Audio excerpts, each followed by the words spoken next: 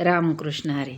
ऐका ना, शेतात चालले होते तर आता ना वाजल्यात 3:30 आणि उन्हाचा खूप प्रहर आहे. पण ना वारं सुटलं आहे थोडंसं, म्हणून मी चालले आता शेतामध्ये. कसं आहे ना, गाईला थोडं तरी गवत आणावंच लागतं आणि सकाळी सकाळी खरं तर काम करायला खूप हुरूप असतो. पण आपल्याकडं 2 बच्चे कंपनी आहे, तर ते सांभाळायचं काम माझ्याकडं असतं. आणि सध्या चुलीवरती स्वयंपाक असल्यामुळे चुलीपुढं ती जर स्वयंपाक करत असेल तर मुलं जवळ येतात, त्यामुळं घरी 2 माणसंही लागतातच. तर जाता जाता वाटेत भेटले जाऊबाई. तर या जाऊबाई संग थोडंसं भांडण केलं. का? तर ती माझं घर येताना रस्त्यात लागतं, तिने मला आवाज दिला नाही. ती आली रिक्षामध्ये. त्यांच्याकडं पण रिक्षा आहे आणि आमच्याकडं पण रिक्षा आहे. तेव्हा तिला म्हटलं, लय रिक्षावाली झाली का, मला आवाज दिला नाही. तर ती बोलली, तू जाते इकडं तिकडं, त्याच्यामुळं मला वाटलं तू घरी आहे की नाही, म्हणून मी काही तुला आवाज दिला नाही. खरं तर आमचं दोघींचं संभाषण दाखवायचं होतं, पण तणू खूप लांब असल्यामुळे ना दोघींचं बोलणं काय ऐकू येत नव्हतं. तर तिने पायामध्ये बघा हे कागद घातलेत, प्लॅस्टिकच्या पिशव्या. का तर तिच्या पायाला खूप भेगा पडल्या होत्या आणि त्यामुळे त्यात माती गेली की त्याचे पाय दुखत होते. तर त्याच्यामुळे तिने त्या पिशव्या घातलेल्या आणि कांदे आपले खाण्यापुरते लावलेले, लसूण लावलेला तर लसूण काढून न्याला आणि कांदे राहिले होते ते नेण्यासाठी दोघंजण रिक्षा घेऊन आलेले. पण कसं झालं ना, तिने मला काही आवाज दिला नाही आणि सध्या मी AWPLचं डायरेक्ट सेलिंगचं काम करते, त्याच्यामुळं मला ना जास्ती शेतात पण यायला वेळ भेटत नाही आणि तिला फोनही करायला होत नाही, कारण कस्टमरचा फोन असतो सतत.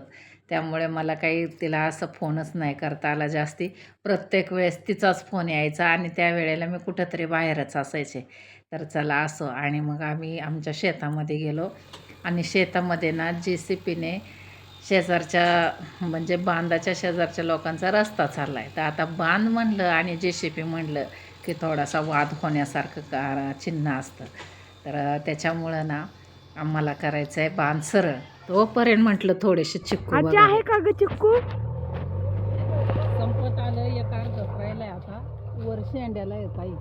आता ते काय आपल्याला काढता येणार नाही. त्याच्यामुळे ना खालचं खालचं बघायचं.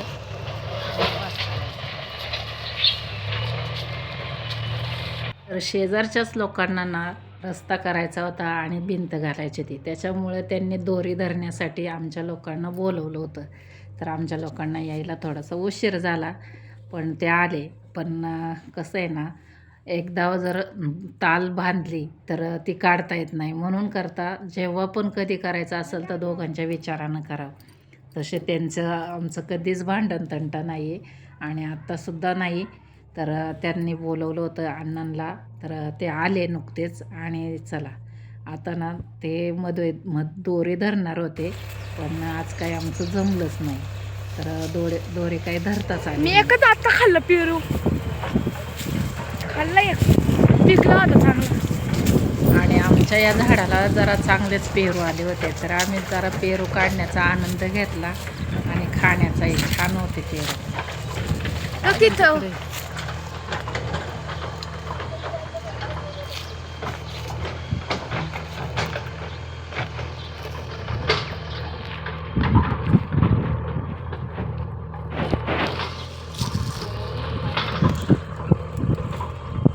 मी खाल्ला तू खा.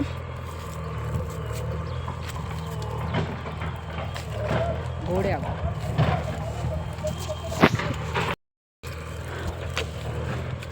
लांब जाईल, नेट उलटी काटे हाणते, कसं पडन ग अंग, तसं हाणायचं असतं. आणि हे पेरूचं झाड आणि लिंबाचं झाड मी 200 रुपयाला नर्सरीतून आणलेले आहेत. तर खूप छान पेरू आहेत आणि लिंब पण भरपूर लागतात. आणि नंतर गेले दोरे धरण्यासाठी मधोमध, पण आज काय दोरे धरण्याचं काम पूर्ण झालं नाही, कारण दोघांमध्ये तिसरा मध्यस्थी असावाच लागतो, नाहीतर कुठलंही काम होत नाही. तर एक समंजस माणसाची गरज पाहिजे, पण आज काय दोरे धरण्याचं काम पूर्ण झालं नाही.